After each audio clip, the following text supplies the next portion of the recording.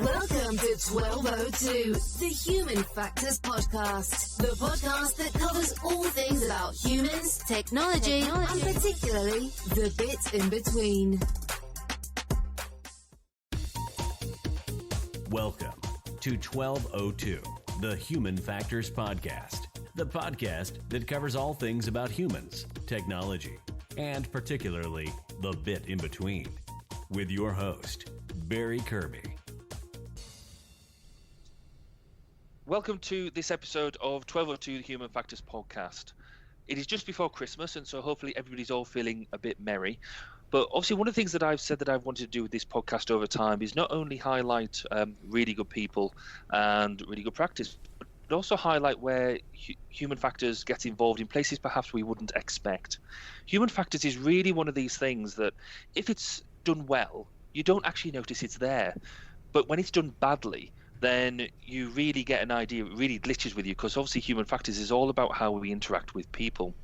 We see it in everyday things. If you've got the mobile phone app that has something that isn't quite working in the way that you would expect, or even in a more physical thing, like when you are trying to open a door and it's got a push sign when actually it means pull.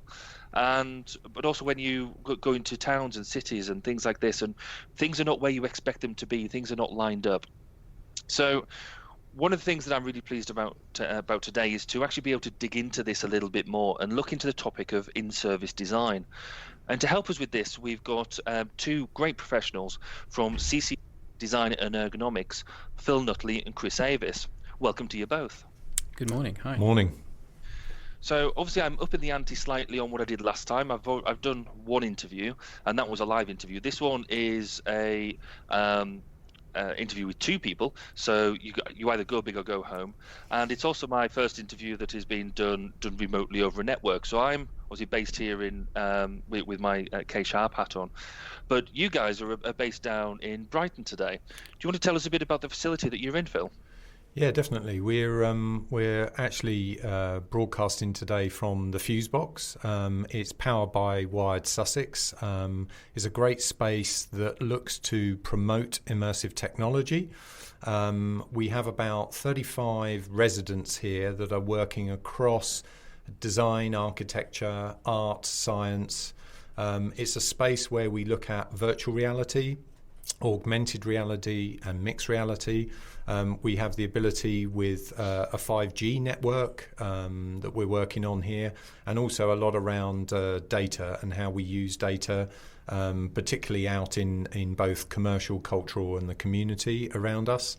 The Fusebox obviously has its own recording studio amongst other areas. We've got 360-degree capture, green screen, 3D printing, and we have a real candy shop full of the latest toys and headsets, which is superb. So I'm a resident here and have been for a couple of years now, but CCD, we have a space here, and of course we're using both immersive technology, design thinking, human factors in these spaces and kind of colliding them together. So we're coming live from Brighton. We are. That's fantastic. It sounds the exact sort of place that I need to come and visit. So thanks for that introduction, Phil. And let's get on to you. So you're the head of experience design at CCD. Could you tell us a bit about what that is, what that role actually means? Yeah, I suppose design has matured in certainly the last 5 to 10 years. I think listeners and people reading about design are starting to see it being used more broadly. And I think that comes from we live in a society that is more around service and experience now. To coin Pine and Gilmore, the two Harvard professors, we live in this experience economy. So my role is to design experiences with design methodologies end to end. And by that, to describe it in a little bit more detail, often we see an opportunity to design. You started by talking about an app, and an app is usually a way for an end user to experience a digital platform, a product or a service. We often forget that we need to design from within. So the individual that sits within that organisation needs to be part of that creative process. So at CCD, we very much think end to end. We have a history of 40 years within human factors and ergonomics, but we're now seeing how we blend that with human behaviour and human-centred design. So experience design really is about taking individuals from within organisations and getting them closer to end users and co-creating and co-designing better services and experiences. That's a really, really impressive way of looking at it, because obviously the idea about looking at experiences is all about how we live lives now, and I think there's a lot bigger drive with everybody, not just about amassing products and things like that, and almost wealth, but actually what experiences we can have in life. So that's really key. But you obviously don't just become the head of experience design. You've also had a wide variety of other roles and things like that to get you where you are. So how did the journey start for you? How did you get onto this road? Well, I graduated from Ravensbourne, now called Ravensbourne University in London, and as a furniture and product designer. So very much looking at design as a delivery, I suppose. So the classic brief where you would design an environment, an interior or a graphic or a brand. And probably the first half of my career was doing exactly that, delivering spaces, delivering products, interiors as they were called. Brands came along and wanted to be part of that kind of experience economy. But I've worked kind of across many roles. I've been fortunate to travel and live overseas. I've worked in San Francisco, worked and lived in San Francisco. I lived and worked in New York for 5 years, and I've also lived and worked in Rio for a couple of years. So I have a broad set of skills, working basically across kind of digital and physical. But I suppose my grounding, and I know Chris will talk to his background with human factors as well. We were always looking at ergonomics, and particularly when you're designing physical products, physical bits of furniture and physical environments, they need to work for everyone. The percentiles. So I've come from that kind of classic design train background, but certainly in the last 10 years we've seen, as I mentioned earlier, where design is being used right the way from C-suite through to, sitting with end users and observing them, contextual inquiry, ethnography, understanding how people really, really use services. So my background's very, very broad, but as I say, it's been many opportunities, roles within design as design doing and design delivering. But more and more now, that kind of strategic intent, that way of looking at things that are far broader, and almost being a bit like a conductor, often I describe it, trying to bring things together. That's the kind of background, really. That's brilliant. Do you think that broad range of experiences really contribute to how you deliver in your current role? 100%. I think having that view, that kind of almost umbrella view of a problem space, I think is invaluable. Certainly the ability to be able to sit with Chris I have in the room here, and my other colleagues at CCD that bring a wealth of experiences from different backgrounds.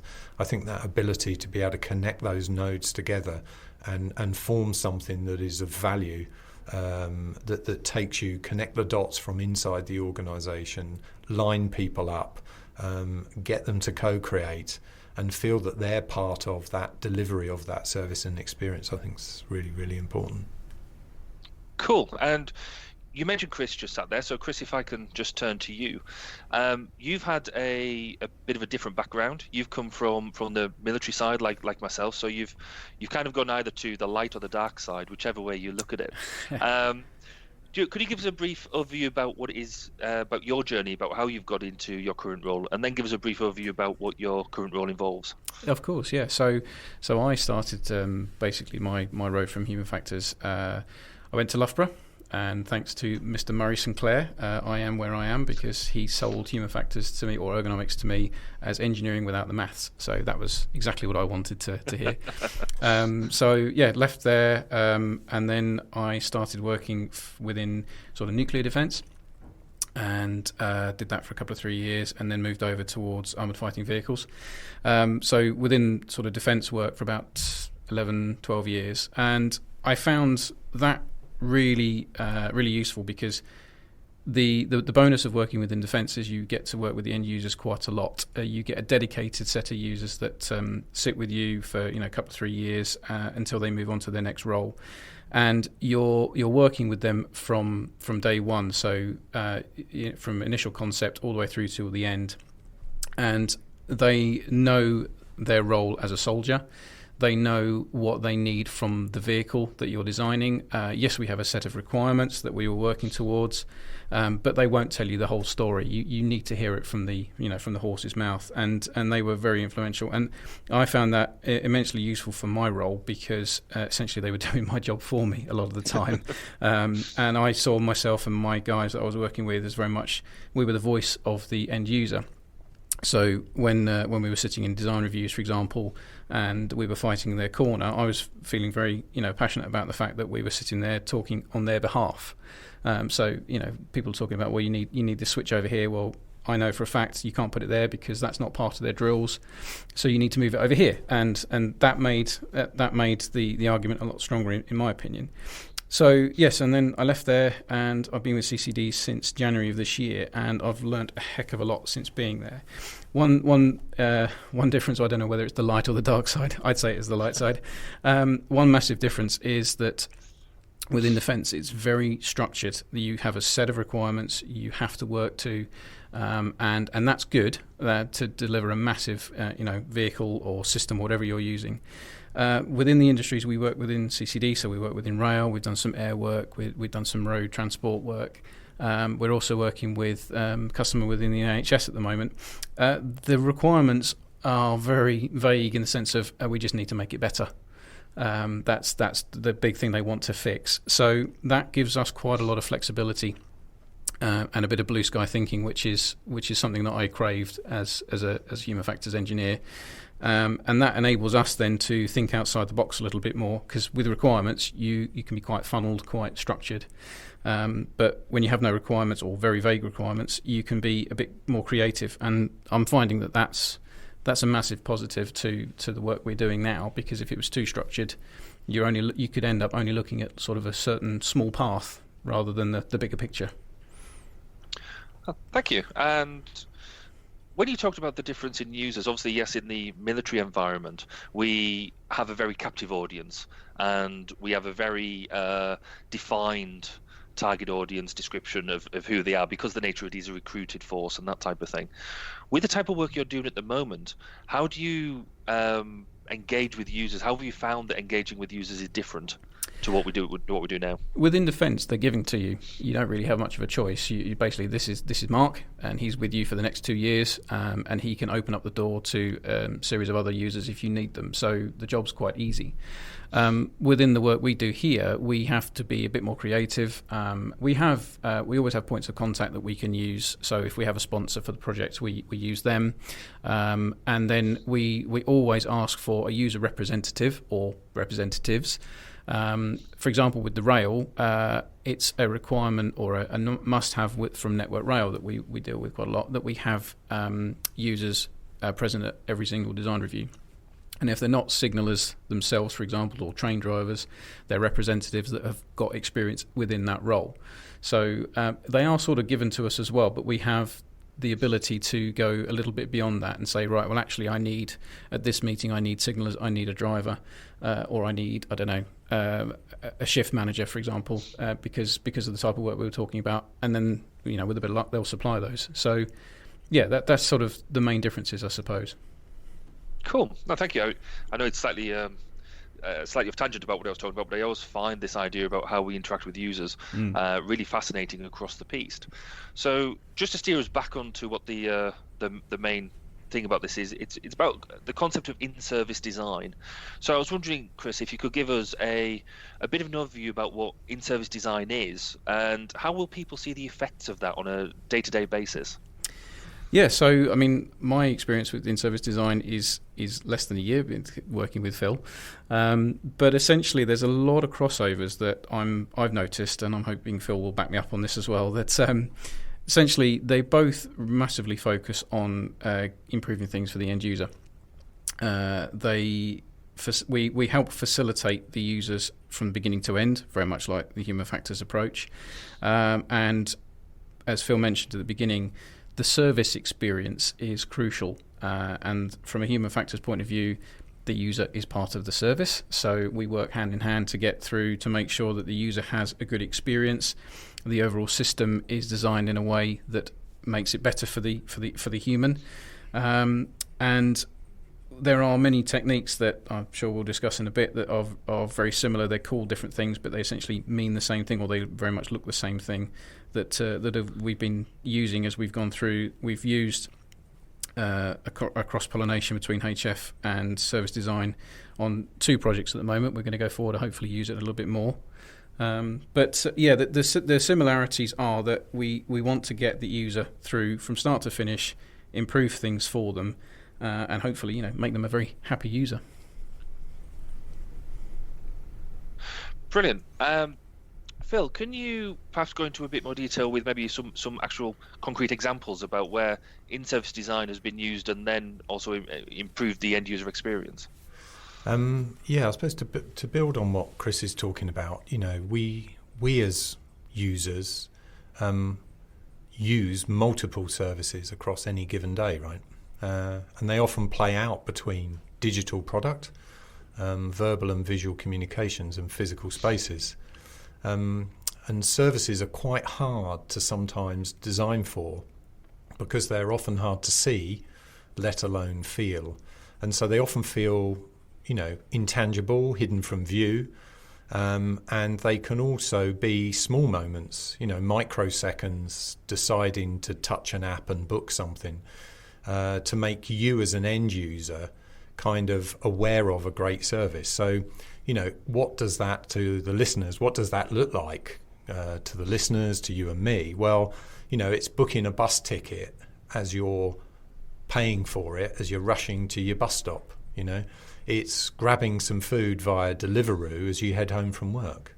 It's setting the temperature at home on a cold winter's evening to 21 degrees Celsius from your phone as you leave the train station.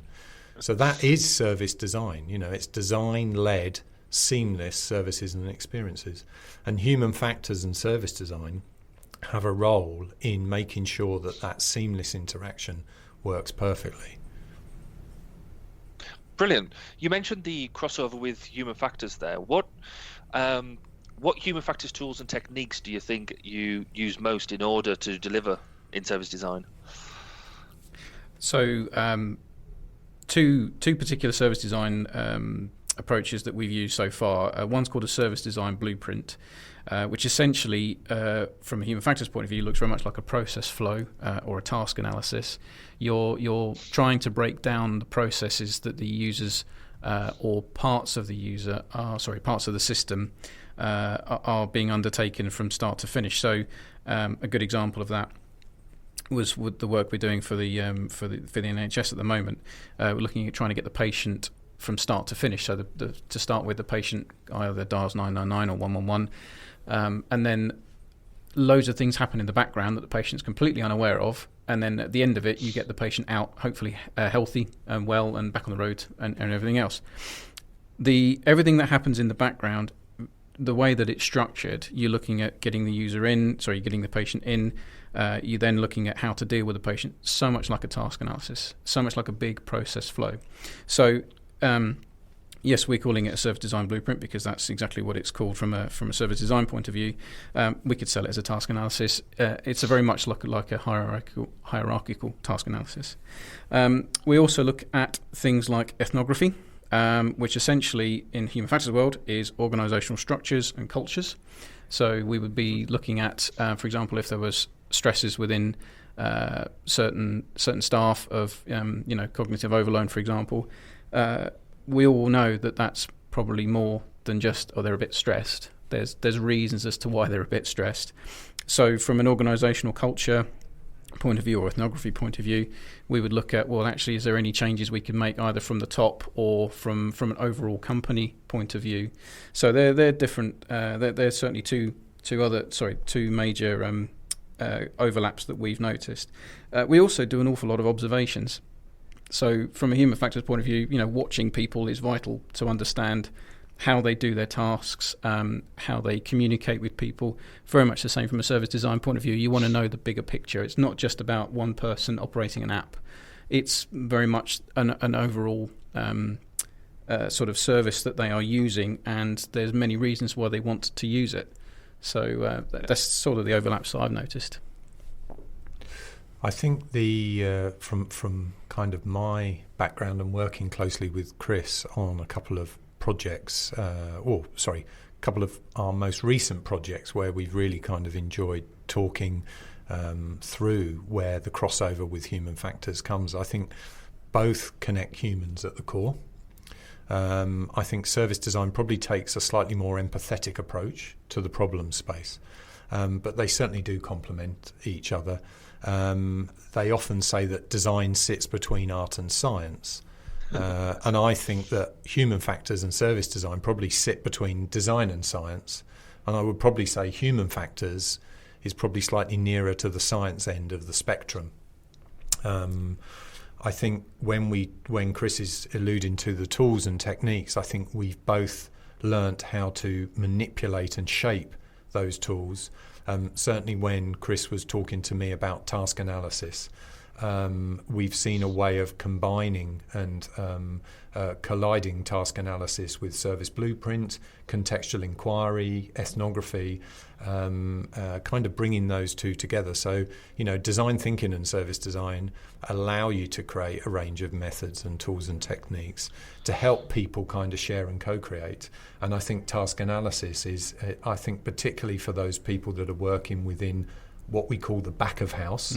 So often, as you described there, within the kind of NHS service, they're things that are hidden, but they're fundamental in delivering a better patient experience. Yeah. But that task analysis is key alongside contextual inquiry, and we've kind of seen how we've, at CCD, have kind of combined both of those to create greater insight and also greater engagement for the people that are working within that back-of-house environment. Yeah, it sort of builds on what I was saying at the beginning of making sure, we're improving the service experience for them, but also the staff that are involved in that process. And essentially the ultimate goal, no matter what you call it, whether it's service design, human factors, whatever, it's making sure things are a lot more improved for the end user, really. So do you think basically from what you said, it sounds like there's a really great fusion going on between almost the two disciplines. Do you think that there are things, obviously coming from a human factors perspective, there's tools and techniques in the service design element that we should be learning more and using more of, or do you just think actually they're just great and complementary? We've both gone deliberately silent not to trip each other up, probably. Of course, I'm going to be very pro service design methods. I worked for about 8 years with the Design Council that probably created one of probably service design, and the problems that we now face and tackle with design are super complex. And they came up with a double diamond.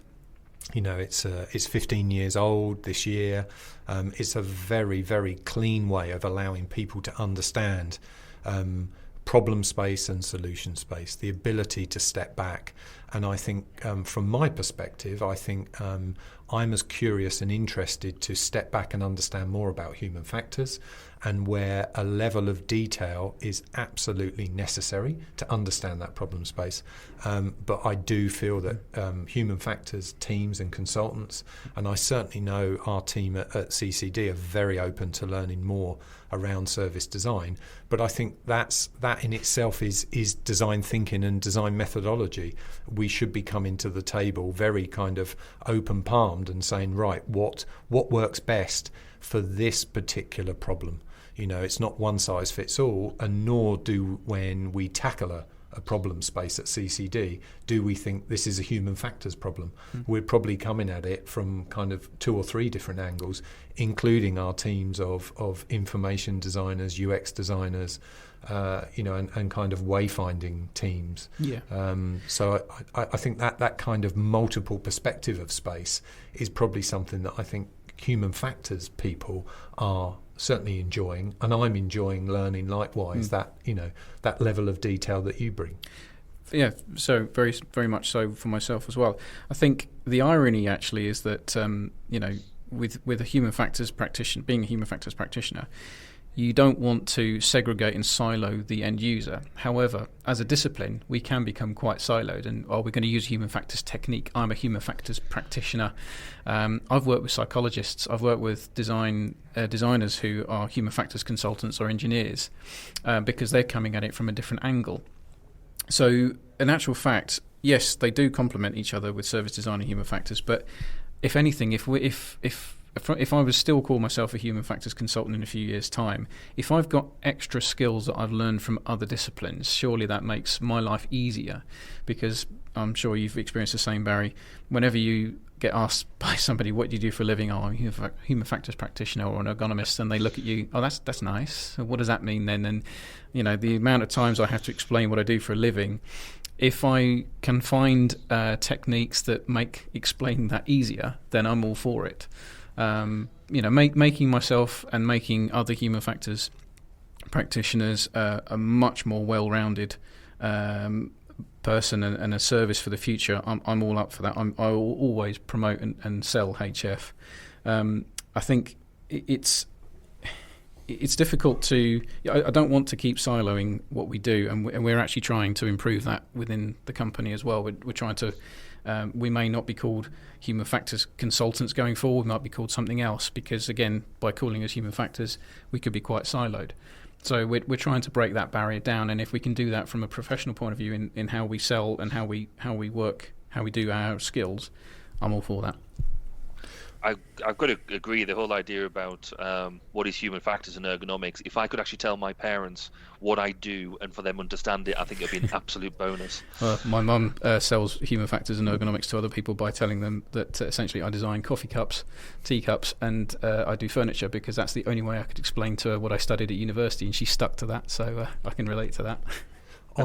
On that note about universities, I wonder, and it's probably it's true, isn't it, that within certainly design, the design realm, we're trying to see how we can re-educate and train people from a kind of multidisciplinary point of view. I wonder whether that's also true within human factors. Where might some service design principles start to be taught within those courses, because they truly are complementary, and I think you can learn from both.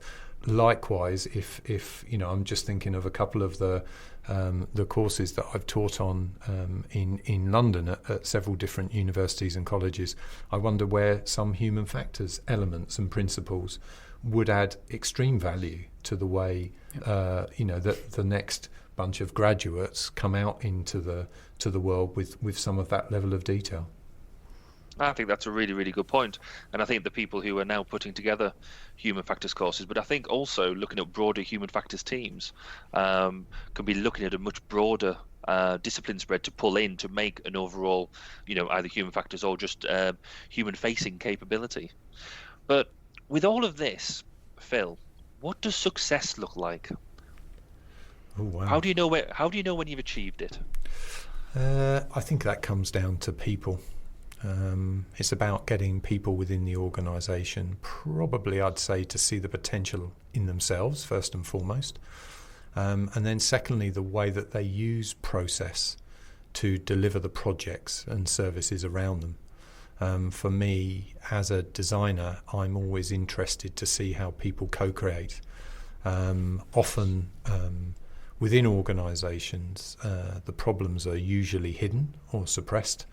And so for me, success is about getting those people to see the potential in themselves and to solve the problems and come up with really great ideas that they can proudly say, I did that, I worked on that with that group of people. So for me, it's about people within the organisations. That's success, because you leave them with this empowerment, this way of seeing and believing that, you know, they do have the answers, and then also seeing a tangible difference to end user.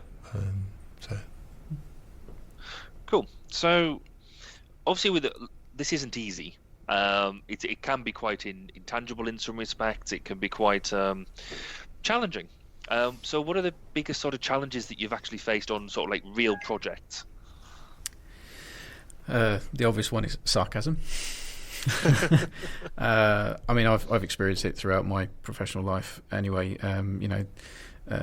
People who don't particularly understand or see the value of human factors, at least to start with, become quite sarcastic. But we are finding that not just by blending service design and human factors together, but our approach, as Phil said, we're facilitating the users and the participants in what we do. So we're giving them the power. By really pushing that point to them, they then don't see us as just coming in and fixing the problem for them and then, you know, going away and then, you know, taking all the money and then come back again in 6 months' time and do it again. They can actually see that there's a benefit. They're brought through from beginning to end. All their ideas are thrown up on Post-its on the wall so they can see them, and then they get to discuss them as well. And that we really do push that. So Barry, for example, you've made a suggestion. Let's talk about it. Let's encourage everybody to have a voice. And, you know, you're allowed to disagree. You're allowed to agree. But ultimately, it doesn't leave the room. Let's talk about this now. Let's see if this is actually a possibility. And then we get people to vote on these ideas as well. So it's a bit of we call it dotocratic voting, but essentially you get a little coloured dot, you put it on the Post-it for people who think either it's a tangible solution or no, that would never work, or whatever. And then again, you discuss, well, why did you think that? Or we take it away and we come back with some thoughts ourselves. But we never solutionise to start with. We're always there to give the tools to the people, and then they come up with the ideas, because otherwise we're just coming in and telling them something that they already know. I think ultimately there are a lot of words that are bandied around at the minute. You know, people put a lot of words in front of the word design and they put a lot of words after it. So, you know, design thinking, service design, user-centered, human-centered, you know, problem spaces. There's a lot of words, agile thinking. So I think that vernacular and the way people talk often creates a barrier. Certainly when I've come in a room, people have, you know, if they find out you're a designer, they tend to cross their arms sometimes, but within a few minutes of you kind of, you know, telling them that it's a collaborative process, getting them up on their feet, so not sitting behind computers and desks, get them involved in the process, to what Chris talks to. I think that opens them up.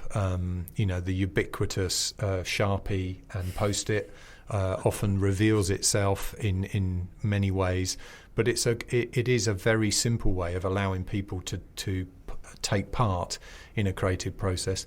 I think other examples of challenges are that you don't have enough air cover from senior teams, particularly C-suite CEOs. If they're not lined up, then I think you struggle. That's been a real problem. I think also if you've got staff that are disengaged from the start, if they're not told about why, what's the strategy, the A to B, where are we going? Although saying that, I think the collaborative process that we're both talking about here, and Chris will, you know, Chris and I both know that I think a collaborative process can reignite, you know, people's curiosity and interest. So that tends to be it. I think often if the internal organisation is not lined up, that can create some friction, put it that way. I think the key thing actually we found is getting people on their feet. That's been really obvious and showing helping people engage a lot more. So many times I've been in meetings, everyone, you know, naturally takes their seat, sits around the desk, puts a notepad in front of them because they want to learn, they want to listen, whatever, and we'll say, no, put that to the side, right, everyone in your feet, and you see people look at each other going, well, what are they doing here? But within 10-15 minutes, they're engaged, they're actively talking to each other. We had a workshop only a couple of 3 weeks ago, where there were people in the room that, well, they knew about each other's roles, but they'd never met each other. So we got them all together, and there were lots of assumptions that were being made between each other as well. And then there was quite a heated debate, but it was a good one, where this chap presumed that a lady who working in a certain department did something, and she said, "No, I've never done that." Well, you should. Yes, but the reality is I don't. But that facilitated a fantastic conversation between the two. They learned something out of it, so did we.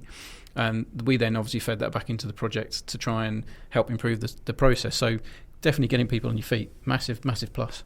Yeah, and I think organisations don't spend enough time to step back and kind of look at the problem space, or look at service, or look at communications, or look at the workplace design.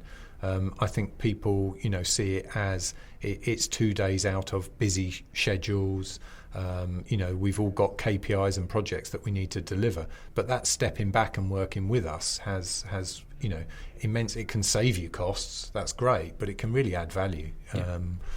I think that bias you talk to, Chris, I think is very true, isn't it? Often, and I think part of our process is to kind of untap that, unlock it, and work with people. That and asking what their favourite biscuit is often opens them up and relaxes them. Yeah, really good icebreaker, that one. Some interesting results, and is a Viennese well really a biscuit? Not so sure. I was going to say, that clearly opens up the question: what are your favourite biscuits, Chris? It has to be a chocolate digestive for me. I'd go for a bourbon. Oh, controversial. Yeah. And yourself? Yeah.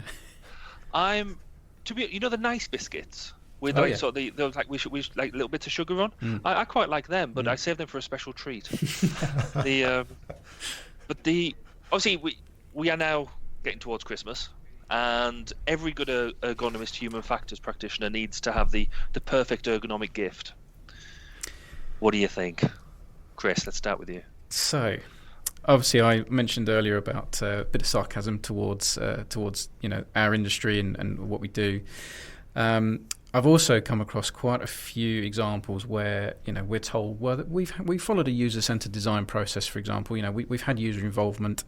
And then when you dig a little bit deeper, you think, oh, no, you haven't. You've just ticked the box there. A classic example was I was working on a project once, and I was told a full user assessment had been carried out. I said, fantastic, okay, can you give me the evidence of that? And I received an email from a chap called Dave, who worked in the coffee shop. And the reason he was involved was because he looked about the right height for an assessment where they were sitting down, looking at a computer screen. And I said, that's interesting. Yes, that was one classic example which will always stick with me. There was another one where a user representative was involved who had done the role 20 years ago. So obviously nothing had changed in 20 years, but he'd done it, so bring him along. Yeah. So my classic Christmas gift would be essentially I want to be shown, and I want it proven to me that a design has actually had the involvement of the users from start to finish. They've been included, they've been involved, and they've actually been thought of. So it turns out that the thing that's being designed for them, they give a damn, they mean it, and they flipping well prove it. That would make my Christmas. Sounds a bit sad, but that's essentially what I'd really like. Brilliant. And Phil, what about you? Well, my perfect ergonomic gift would be I'm actually 1.91 m. You can't see because obviously I'm sitting down, so I'd probably ask Parliament to make it law for all doorways to be made 2 meters high. That would be my perfect ergonomic gift to myself. Given today's election day, I didn't see that in anybody's manifesto, so I guess that's a bit disappointing at the moment. And what about yourself, Barry? What would be yours? Well, I've got to say that I do a lot of HCI-based work now. I'm just starting to get a lot more into the physical side of things. So actually, what would be really good is a really good flexible tape measure that doesn't cut you when you're actually trying to measure things. Yes, that's great. Real geek fest. Guys, I'd like to say thank you very much for your time today. It's been an absolute pleasure. It's been really good to see this cross-fertilization between sort of the in-service design and human factors, and seeing how you're making a real integrated team there at CCD.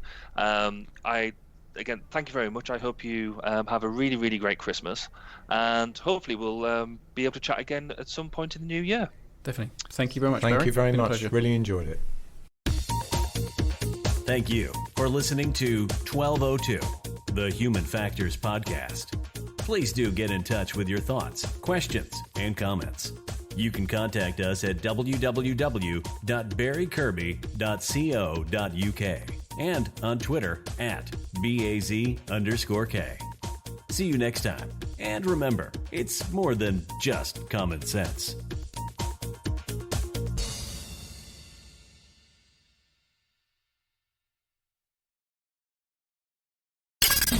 Thank you for listening to 1202, the Human Factors Podcast. Please do get in touch with your thoughts, questions, and comments. You can contact us on social media such as Twitter, LinkedIn, and Facebook at 1202 Podcast. See you next time. And remember, it's more than just common sense.